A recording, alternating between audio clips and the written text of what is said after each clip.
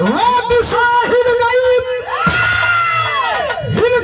मैदानी जिनके खंजर के आगे था जमाना झुका, जिनके आगोश में अरे पीर का था नहीं कोई मंजूर योग। वंचित है अंकित न इतिहास में, अरे सच कहूं तो जमाने का बादल फटे, हर चुनौती कसौटी से नापेंगे हम, सोलंकी गया पग न पीछे हटे।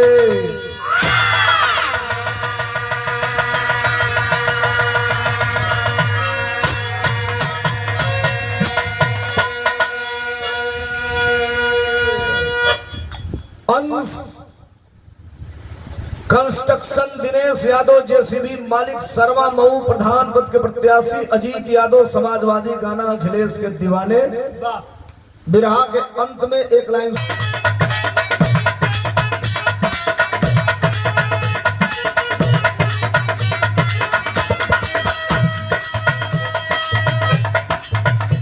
गजलों की लाइन आती है तो किसी ने कहा है, हसीनों को नजर से तीर बरसाने की आदत है। हसीनों को 6 रुपया में जो लिपस्टिक किनल जाए आज की 8 साल पहले वो सारे 873 रुपया का हो गया। इतना महंगाई दुनिया में कोनो सामग्री बने चला कर। हसीनों को नजर से तीर बरसाने की आदत है,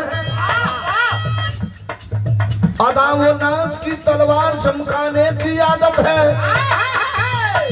सितम ढाने की आदत है, वफा करने की आदत है, मगर हम आशिकों को चोट सह जाने की आदत है। गजल की लाइन सुनिए, क्या है? मैंने पूछा कि फिर कब मिलोगे, मैडम मैंने पूछा कि फिर कब मिलोगे, थोड़ा शर्माए और हंस के बोले, तुम तो दिल में हो, तुम तो दिल में समाये हुए हो, तुम तो दिल में समाये हुए हो, मिलने की जरूरत नहीं है, तुम तो दिल में समाये हुए हो, मिलने की जरूरत नहीं है, तुम तो दिल में।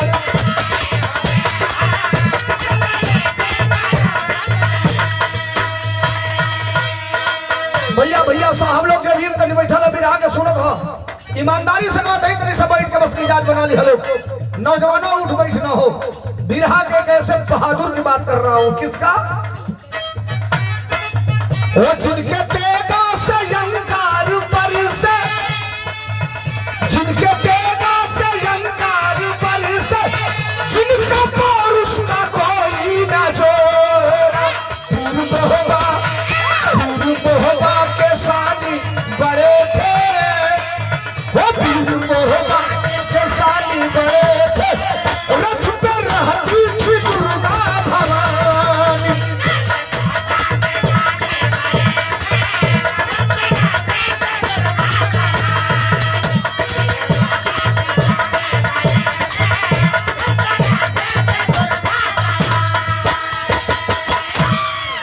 हम गावे का जात बनी बिरहा बात ऐसा बार बार मैं रिपीट करता हूं कि नौजवानों आप भी सुनना, इतिहास आपको जानना पड़ेगा और पढ़ना पड़ेगा, नहीं जानोगे मिट जाओगे कल को किसी जगह खड़ा होकर अगर कहीं बात करना पड़े।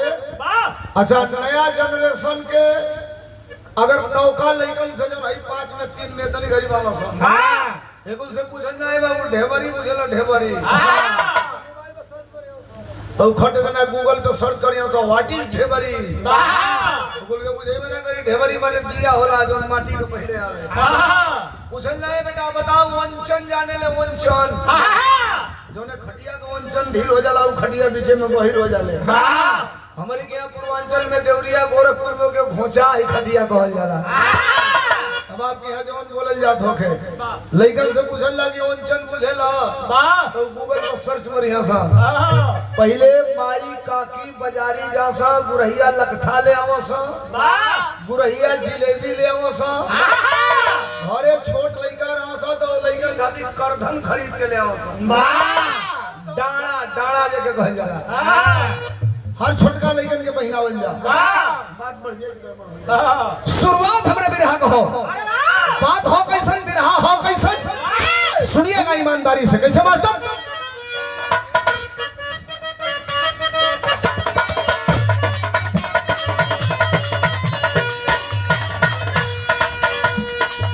वंश की बेल बढ़ती वंश की नजाकत से वंश का नाम होता वंश की हिफाजत से।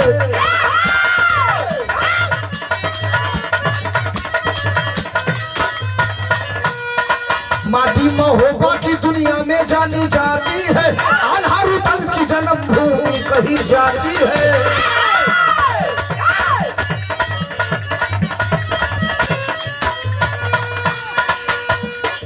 कहानी कब का हो लगा दरबार एक दिन माहिल की निगरानी में लगा ये आग बाबा मौका पाके पानी में।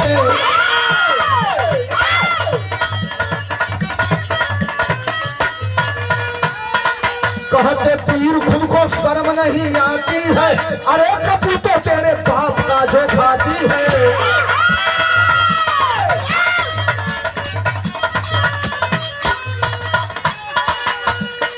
जीत लो तो सुधा नहीं उसको मार पाओगे।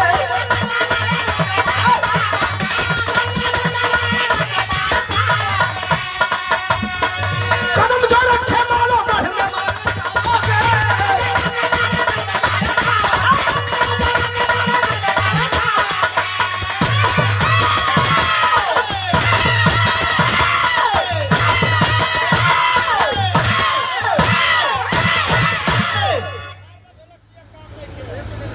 नहीं काम तो अगर 20 तारीख ले लगातार इतना ताकत कहाँ से आगे बच्चा तोरी में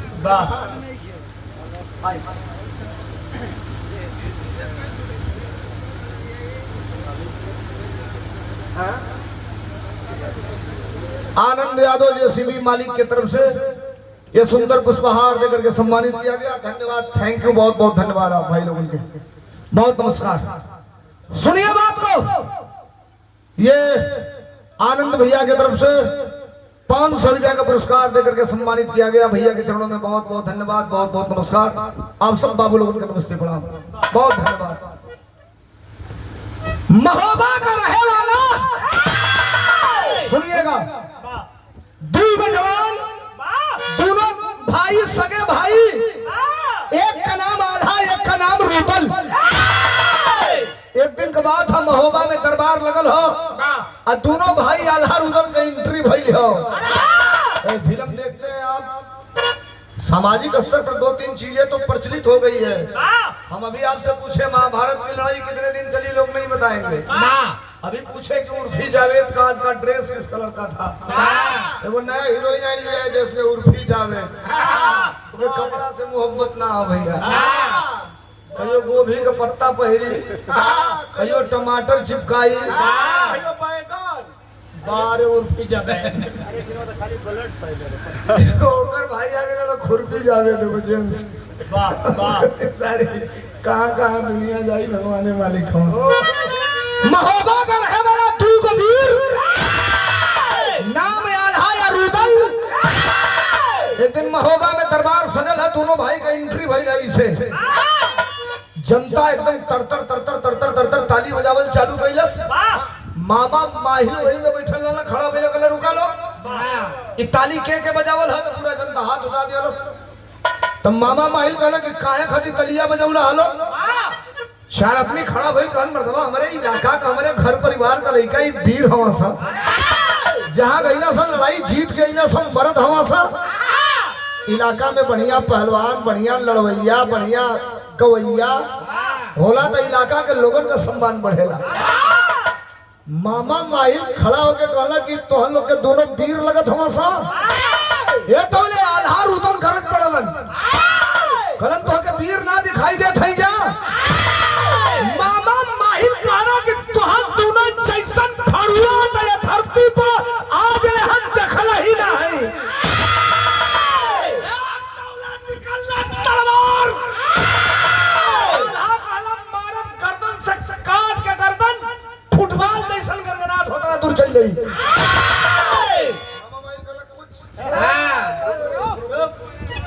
काहे तना गरम हो गई खड़ा तो के भड़ुआ लौकत है खड़ा ते मर्द हवे कलस पूरा कहला अगर मर्द हवा भैया भैया भैया साहब भैया sir oh my god please do not to speak in this time sardar. वाह इससे बड़ा हथियार नहीं है मेरे पास। वाह एक्स्ट्रा मेहनत कर रहा हूँ वो लगा दे लोहा तो लगाओ पड़त बना तो हमार विचार ला दूसरे कुछ धन्यवाद प्रभु।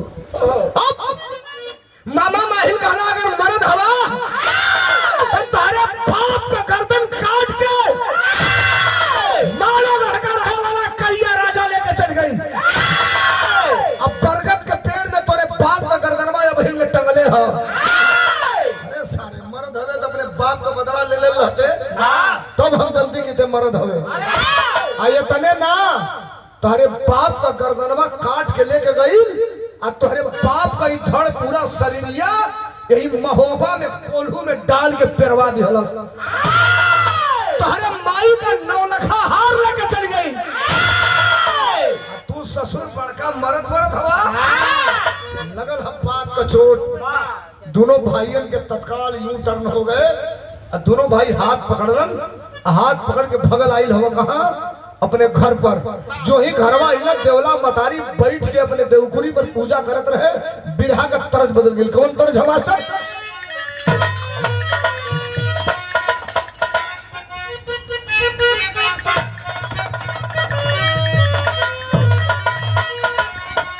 तनी सा हारमोनियम का लेवल बढ़ा दिया भैया, हारमोनियम वाला थोड़ा सा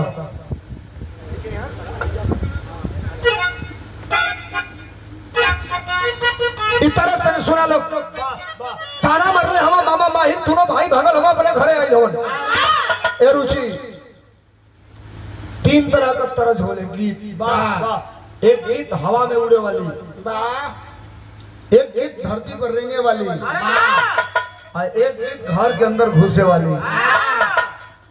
देश गुलाम रहे तब का गीत है, लेकिन ये गीत के कन्वर्जेशन का के भारत के भोजपुरी के विश्व पितामह आदरणीय भरत शर्मा जी ने देश गुलाम जब था उस परिवेश के गीत को आजादी के समय में उस समय के वीरों की गाथा को गाया था। हम कौन के स्पेशल गया कभी से के तरज के लोग कौन गीत रहन मास्टर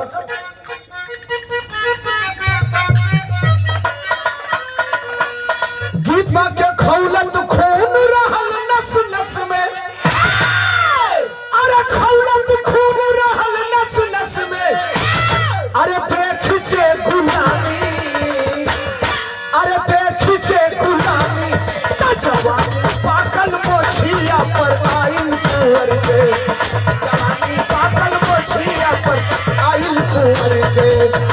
चल लगा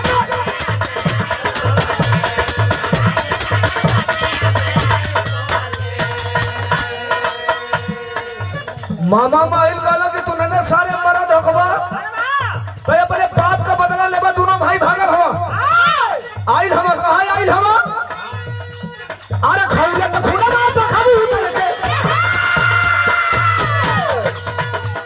अरे खौले तो खुला बात खाबू उतल के, अरे खौले तो खुला बात खाबू उतल के। सुन में कहानी खौले तो खुला बात खाबू उतल के, सुन में कहानी जवानी जागल की रावत लाग गई।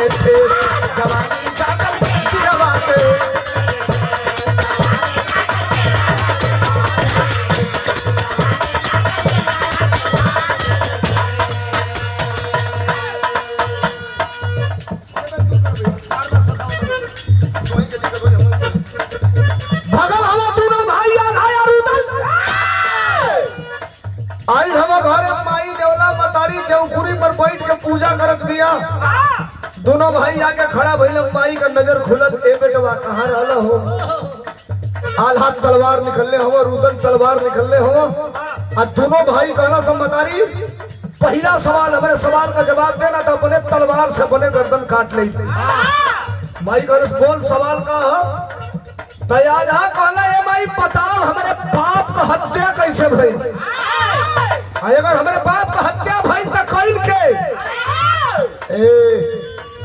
छोड़ के पूजा खड़ा हो गई। देवला माई दोनों भैया के अखबारी में पकड़लस, कहलस बुताइल आगे के खोर के धधकाव मते बेटा। अब आल्हा कहला कि ना बतइबे तो अपने गर्दन काट के यही जब मरब। रोवे लगल देवला माई।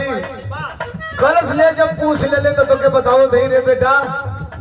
अर्धरात्रि का टाइम रहल, रात का 12 बजत रहल, तोर बाप हमरे साथे सूतल रहलन। माड़ोगढ़ का रहे वाला करिया राजा रात का किला पर चढ़ाई करी हलस। तोरे बाप को हमारे अखिया के समहनवे गर्दनवा काट के छोटावा पकड़ के हाथवा में लटकावल चालू कैलस। हमारे समहनवे कोल्हू में ही पूरा शरीरिया डाल के पेर दिहलस। ए रुदल तू 6 महीना का हमारी पेट में रहल हो बेटा। हम हाथ जोड़ले कि अबला के असापत के मारल ना जला। तो हमारी गटैया में तोहरे बाप का दिहल 9 लखा हार रहे, तलवारवा लगा के ऐसे नचावत निकाल के वो 9 लखा हरवा तोहरी बाप का मुड़िया लेके चल गई करिया राजा। अरे बाप इतनी बतिया जब दोनों भैया सुनलन, किचकिचाई के दांत पर दांत अपनी महतारी से कहत हवन। का कहलन? अरे कसम बतुहरे दूध कमाई जबले मुड़िया ना काटत। कसम तुहरे दूध कमाई जबले मुड़िया ना काटत। खाए पिए के बतिया छोड़ा मोहबा मुड़िया ना ताकत।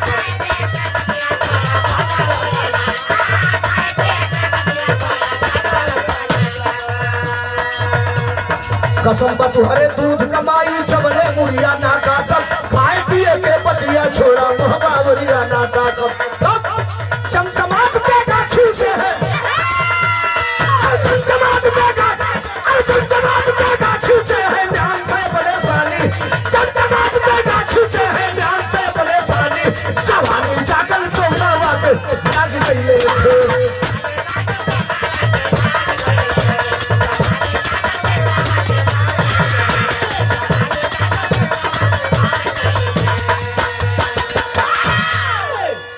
माई से दोनों बेटवा आधार उधर घना बतारी। कसम बा तोरे दूध का, कसम बा तोरे छाती के दूध का। जबले करिया राजा का मूड़ी काट के तोरे सामने ना लेके आई, तोरे खाए पिए के बतिये छोड़ दे, महोबा की ओर ताकल ना जाई। दोनों भैया जो ही वापस पलटत हुआ। माई का करेजा बड़ा कोमल होला और माई का करेजा बड़ा कठोर भी होला। एगो वो समय का माई रहली, एगो एगो समय का माई है। कुछ लोग की माई जो भैया होता है सब मतारी पकड़ला सबने दोनों बेटवन के पीछे से एक कुर्ता। खलस बाप का बदला लेवे जात हवा तनी हमरे ताका लो। दोनों भाई खड़ा हवा। खलस खबरदार पूछले ना रहले तो बतौले ना रहली, लेकिन जब आज पूछ ले ले अब तू लोग हमसे वादा करिए हवा कि दुश्मन का गर्दन काट के ले आई तो खबरदार। अरे कसम दो हमरा दूध का, जबले करियवा का मूड़ी न कटिहा महोबा में नजर ना देखिए लोग। ना काट पाई हो तो अपने तलवार से अपन गर्दन काट के उड़िए मरुदी मिला जाई हलो। हम जानब जैसे हमार सेनुर धोवा गई वैसे हमारे कोख का दुगो हीरा धोवा गई। लाठी गणासी भाला बंदूक फरसा कट्टा गोली का चोट दवाई मरहम पट्टी हुई तो ठीक हो जाएगी। बात का चोट जब करेजा में लग गई तो दुनिया में कोनो डॉक्टरे ना हो जो लेकर दवाई दे दे। वही तावा बजे से पापड़ कलहारल जाला वही कलहारी सारे न नरम होके दी न टाइट होके दी। लगल है बात का चोट। दोनों भाई चल जाना अपन अपन घोड़ा लेके।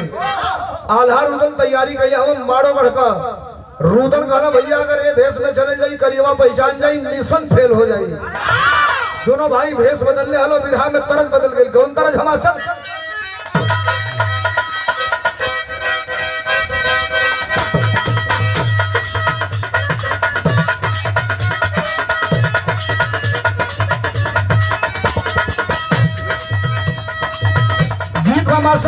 बटन जब तनी ताव पर चढ़ा था हिले तनी तो ले सारे मुंह में लगा था फोड़ गई मार मंच को गड़बड़ी है मास्टर गीत बजा बतौड़ा मेहरारू सवेरे अगर हौस के बोल ले ली सर घर से निकलत का तो मुझे 2 चीज पर डाका पड़ी एगो पाकिट पर ओना बतियाई मेहरारू हो मर्दे से कह दिया का कहलस एहो बलमुआ कमाल करिले एहो बलमुआ कमाल करिले मारी के मुस्की निहाल करिले एहो बलमुआ कमाल एहो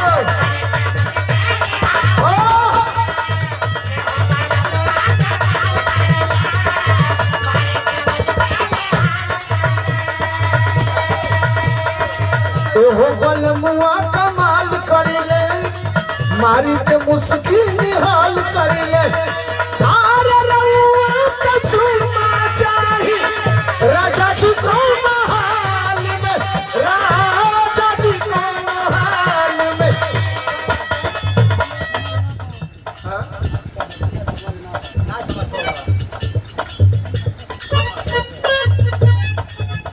आइल मुगो में आके तू काट दे एहो बलमुआ कमाल करिले मारी के मुस्की निहाल करिले रउआ त चुमा चाही राजा जी को महाल में राजा जी को महाल में जुल्फिया है बलमुआ राउर जुल्फिया है बलमुआ राउर बड़े हमारा गाल में जुल्फिया है बलमुआ राउर बड़े हमारा गाल में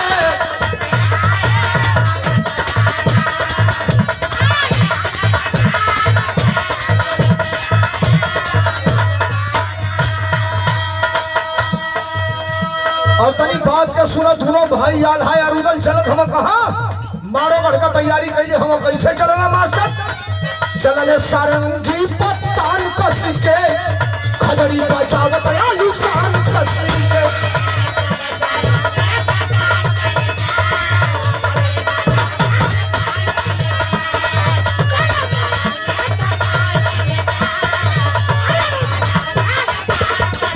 एक मिनट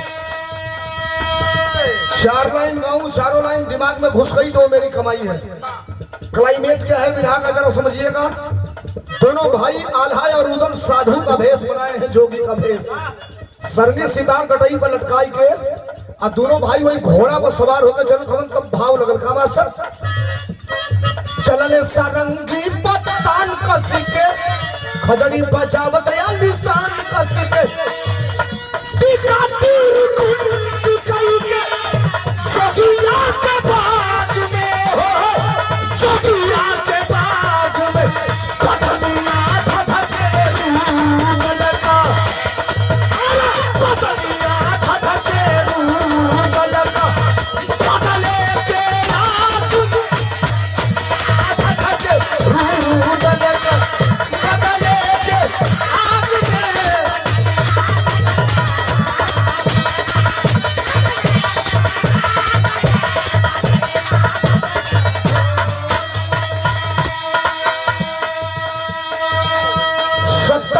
विरहा खत्म है और यहाँ के बाद विरहा की मेन हिस्ट्री चालू हो जाएगी आल्हा और उदल दोनों भाई घोड़ा पर सवार हो के आज गए माड़ोगढ़ किला बहुत बड़ा है बहुत बड़ा किला है और गेट पर आते हैं तो दरवाजा बंद है इसमें जो नौजवान हैं ये जो बुजुर्ग लोग हैं किला आप देखे होंगे रामनगर का किला आगरा का किला दिल्ली का लाल किला रेड फोर्ट जिसे कहा जाता है आगरा के लाल किला को पहले बड़े बड़े राजाओं का अगर आप किला देखते होंगे तो एक किला की बहरवा कम से कम 14 फुट चौड़ा गोलाकार नाला टाइप का बना होता था जानते हैं क्यों और ठीक किला के गेट के सामने लोहे का चचरा ऐसे लगा होता था, जरूरत पड़ती तो वो दोनों खुल भी जाता था।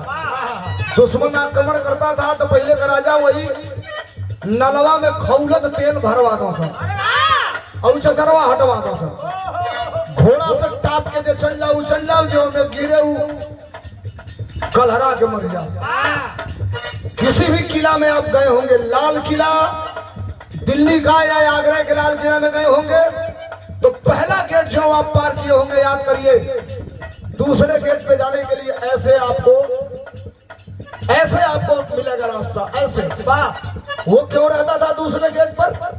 राजा वहां भी नहीं बैठता था। अगर आप किसी तरफ पहला गेट पार करके चले गए तो दूसरा का चढ़ैया होगा तो ऊपर से बड़े बड़े पत्थर ढरका दो सब जे जाओ पत्थर से लाग के हाथ गोट टूट के वही का मर गया। दोनों भाई आके गेट पे खड़े हैं, किला के अंदर जाएंगे तो कैसे जाएंगे? रुदल कहना भैया को काम करा, घोड़ा हटावा या किला के पीछे चला। बाउंड्री के पास जाकर के खड़े हैं, ऊंची बाउंड्री है। दोनों भाई अपने घोड़े पर खड़ा हो गए। जरा समझिएगा बात को, सेंटिमेंटल भाव कह रहा हूं। और खड़ा हो गए दोनों भाई, जंप लगवाना सिखावन पढ़ावन घोड़ा हवा सर। हमने तो घोड़े के बारे में केवल एक बार पढ़ा है, कक्षा 5 में। रणदीप चौकड़ी भर भर कर चेतक बन गया निराला था, राणा प्रताप के घोड़े से बन गया हवा का पाला था। गिरता न कभी चेतक तन पर, वह आसमान पर घोड़ा था। वह दौड़ रहा है मस्तक पर, वह आसमान पर घोड़ा था। दोनों भाई अपनी घोड़ा पर खड़ा हुआ, घोड़वा पर खड़ा होकर तनी सा जंप ली हवा, धीरे से बाउंडरिया पार करके घास धीरे से आके दोनों भाई वही खसिया पर खड़ा हो गए। जो खड़ा भाई ना सरगी सितार बजावत, इतना सुंदर शरीर रहे आल्हा रुदल को, बिना नहिले अगर कपड़ा पहन के ढंग से ताकता तो बढ़िया जानी गैस खा के गिर जाओ। नजर पड़ल सामने करिया राजा का मेहरारू अपने 4 गो सहेलियन के लिए कोई कुर्सी पर बैठ के बतियावत हो। बोले सरगी सितार बजावत, भज दे रे मनवा तन मन में श्री राम राम राम। वही कुर्सिया की अगवा में तो खड़ा हो गए रनिया, खड़ा भाई बोले भाई का मास्टर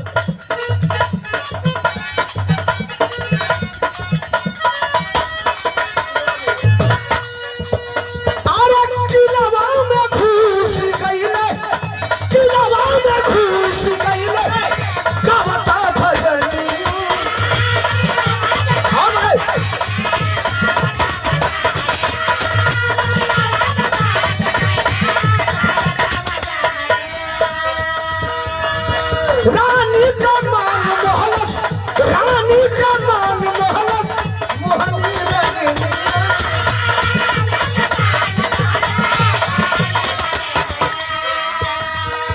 अरे निहले फूलवाई जोड़ी बन गई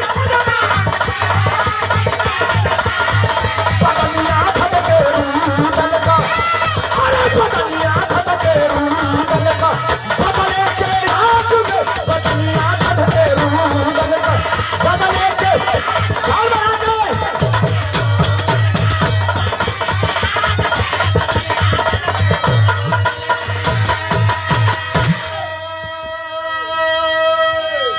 करियवा राजा के मेहरारू बैठल है, 4 गो सहेली लेके अभी आए नमतिया भाव। ए भाई आराम से रुका, हटा तो करे जा तू गड़बड़ा के मत रुक जा, न बोला समझ में ना। अरे भाई जाए ना यार, तू समझा बाबा ना, हाँ तो तू बुझा बस राय दा बस। अरे मुझे ले मतलब दोनों भाई राधा यार उधर आइल हवन, सुंदर शरीर, तेजस्वी रूप, गेरुआ वस्त्र, जोगी का भेष। उकरिया राजा का मेहरारू कहस महाराज अहो भाग्य आपके चरण का दर्शन मिला।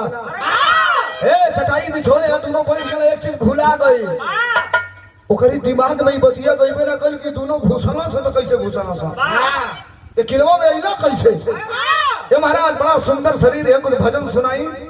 अध्यात्म के तरफ राजा के रानियों का हमेशा ध्यान रहता था। घी का लड्डू टेढ़ो भला, ये गवैया थोड़े हम दोनों भाई आल्हा यार, लेकिन जौने गावत हवा आल्हा गावत हवा, रुदल घोटावत हवा। अब आल्हा गावत गावत उरनिया आके पैर पकड़लस, गोले पर मूड़ी पड़ल तो लगी पीठी पर हाथ धोइले रुदल के खबिराए लगल। अरे आई हम बाप का बदला लेवे ये सुंदर मेहरारू देख के पीठी पे हाथ फेरे लगल। और रुदल के एकदम तमतमात हवा आंख लाल लाल कहां पीछे हटा। परम भक्त है, इसको आशीर्वाद देना जरूरी है। अब तनी से आके फिर राजा का मेहरारू करियवा के बैठल है। रुदल का नजर हर चारों तरफ भजन बना हो।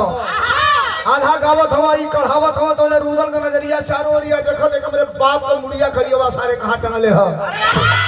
तोने बिरहा फंस गई, बिरहा का तीसरी तरफ लग गई। कौन तरह हवा सब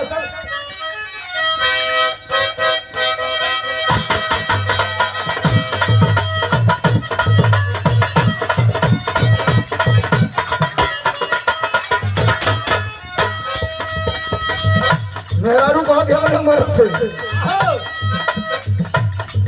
अरे देखे भी ना, अरे देखे भी ना ये को बले रहल ना जाना राजा जी सूरतिया तोहार हो।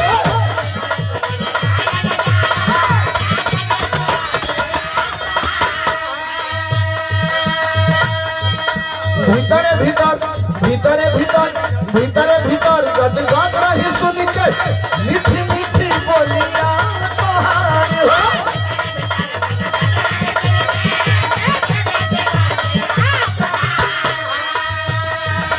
देखे बिना ये को बले रहल ना जाला राजा जी सूरतिया तोहार हो। भीतरे भीतर गदगद रही सुन के मीठी मीठी बोलिया तोहार हो।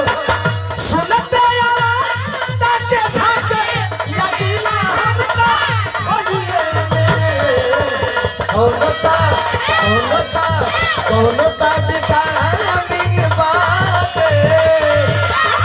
कौनता बिचारी बात ए रुचि तुहर बोलिए कौनता बिचारी बात ए राजा तुहर बोलिए हो।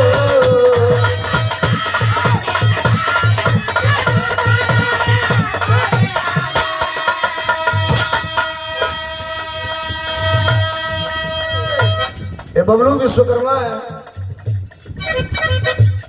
बड़े अच्छे बजाते हैं। कई लोगों का बजा चुके हैं हारमोनिया। बबलू बड़े दिलदार व्यक्ति हैं, रुचि के साथ संगत कर रहे हैं और ईमानदारी से इच्छा है कि रुचि शिखर पे जितना ऊंचा जाए। बबलू को स्वहृदय धन्यवाद, आभार। 2100 रुपयों का पुरस्कार। एक बार तालियां बजाकर एक कलाकार के लिए सम्मान कर दी। चारों ओर नाचत हो पहले अंजाम का निकल रुदल का नजरिया घूमत घूमत घूमत घूमत एक पुरान बरगद का पेड़ हो, एगो करिया चीज छोटी चुकी ऐसे ही बरगदवा की पेड़वा पर लटकत हो, सिकुड़ गई हो। तोले एकदम बैठ के रुदल के तकला दो चार को बार बार लोगल है बार कहना बस करो ये हमारे बाप को खपड़िया है मुड़िया है। मुड़िया के अरे मुड़िया के देखे जबरूदल जवानमा,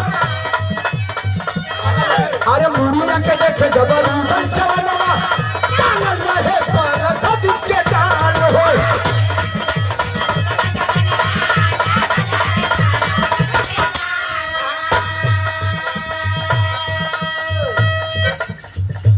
साइकोलॉजी आप पढ़े अगर जो इसमें पढ़ा होगा जानता होगा, चेहरे का एक्सप्रेशन बहुत बड़ी चीज होती है। आप आनंदित भाव में हैं अगर आपको पास्ट 3 टेंस होता है, पास्ट, परफेक्ट और फ्यूचर। भूतकाल, भविष्यकाल, वर्तमान काल। वर्तमान में आप जी रहे हैं और आपको भूतकाल में ले जाया जाए जहां आपका अतीत बड़ा खराब रहा हो तो आपके चेहरे का एक्सप्रेशन बिगड़ जाएगा। रुदल देखना अपने बाप को खोपड़ी तो ले भाई का मुड़िया के देखे जबरूदल जवनमा टांगल रहे पर गद के डाल हो। अरे फेंक दिया, अरे फेंक दिया, अरे फेंक दिया भूत तब सरली गुदरिया खींच लिया तलवार।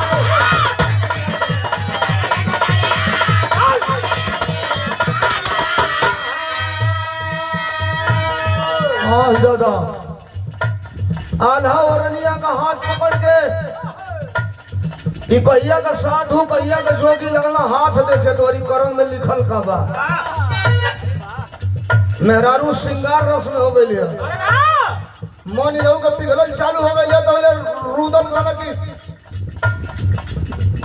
तो जाके मेहरारू में सट हम जाने कान खतियाई मेरी वह काम कर आही दादा रुदल के छोटी नजर खोपड़ी पर पड़ल अपने बाप के हजर सरगे सिदार उधरी उधरी पहले रन निकाल के फेंकला खींच लेला तलवार और जो ही तलवार खींचला रनिया का नजर पड़ल रुदल पर कहला सरे ए तुम कौन हो कहला रुदल और जो ही रुदल से बतियावे लगल तो ले आल्हा का नजर पड़ल के रे बाप रुदला तो पैतरा ले लिहलस और जो ने आल्हा का खला रुदल पैतरा लिहला तो ले हो अपन मुहड़ा उहड़ा निकाल के फेंकला नकली दाढ़ी मोछ और निकाल के कमर से तलवार लेके खड़ा हो गया रनिया से ललकारे धोलो धोलो रनियो ललकारे लागल का कहल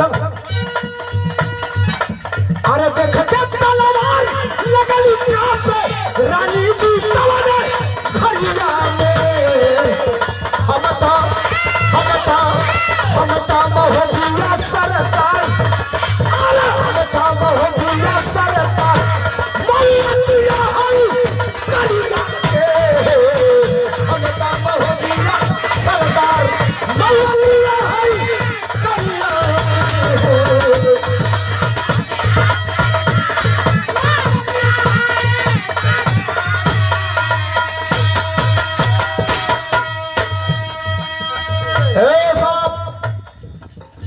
मेरे बात पर जरा दिमाग लगाइएगा आप बिरहा का मेन पॉइंट आपके बीच में रखने जा रहा हूं दोनों भाई तलवार निकाल कर खड़ा है करियवा का मेहरारू खड़ा भइल कर उस खबरदार ए तूने का आधार उदल हवा सा भाषा बदल गेल अबले महाराज कहत रहलियो रेटे पर उतर गए तूने का आधार उदल हवा सा निकाल के तलवार दोनों भाई कहे कि खबरदार मैं ही आधार उदल हूं खरस अगर मर्द हवा तू लोग अलग अलग देखो ये बतिया मामा महिला कहले रहे कि तोनी का मर्द ना हवा सा आई करियवा का मौगियो कहती है मर्द हवा तोनी का खरस बोल बोल बोल बोल खरस अगर मर्द हवा तू लोग तो मर्दे का काम कैले रहता से तहनी का गद्दार निकल गई ऐसा करिया का मेहरारू का कहलस अरे दूर हो के धोनी बनल दुआ करा जुझल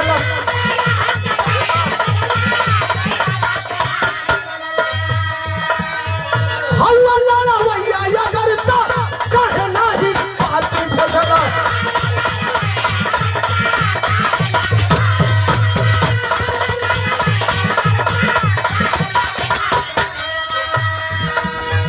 तवले खबरिया लगी गईली महल में राजा करिया के हमता महोबिया सरदार मौलिया है महोबिया सरदार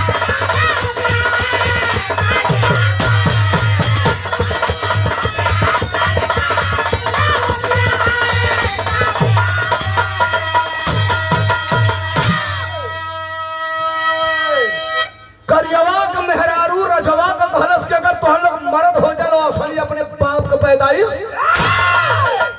तो डंका बजाई के हमरे महल में हमरे पति के चिट्ठी भेजले रहता लोग कि तो से युद्ध लड़े के बाद जगह का चुनाव कैले रहता लोग हमार पति खड़ा रही तू लोग खड़ा रहता मर्द रहता तो लड़ लेता सा ये तो भड़ुअन का काम है हिजड़ा का काम है वही बातचीत दोनों आधार उदल अब करिया के मेहरारू में होत रहल तवले चार गो दसिया भागल भागल गईरी सा करियवा पूजा करत रहल कहला से कि तू पूजा करत हवा भैया तू तलवार लेके घुस गई लवा सा देखा गई तोहरे मौगिया के उड़ा के मत लेके चलला सा करियवा फेंकला अगरबत्ती कहलस कौन हरे सारे चोर के घर में ढिढोर बांध के लूटे चली आई भागल हो सेना बुलाओ हाथी बुलाओ घोड़ा बुलाओ हनहनात घोड़ा चोखर हाथी जब वहां से चलल है सा आला काला पट्ठे अब का होई रुदल काला पहला काम करो सना के हर घोड़ा हवा से हर बाउंड्री की ओर चला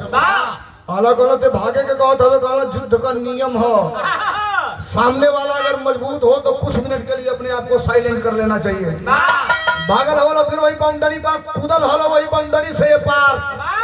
कोई दोनों घोड़न पर अपने बैठल हलो, घोड़ा का लगाम दांते से दबा के एड़ा मरले हवा, उड़ल हवा आसमान में दोनों घोड़ा।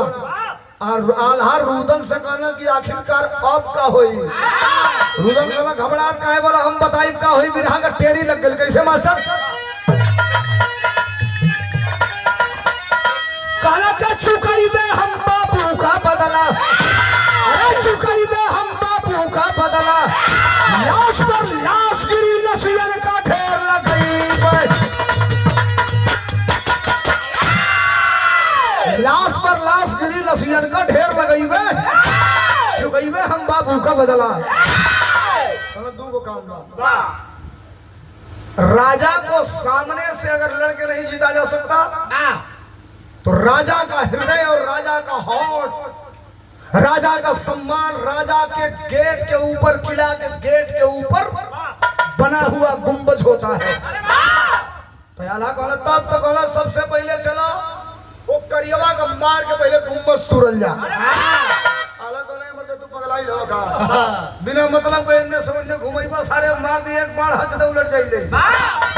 बाण वाला भी सेना है, कहला तू घबरा मत, हम जौन कहत हई ओके करा। दोनों भैया ले के आगे बढ़त, हमन बिरहा का चौलरिया लग गल। कैसे मास्टर?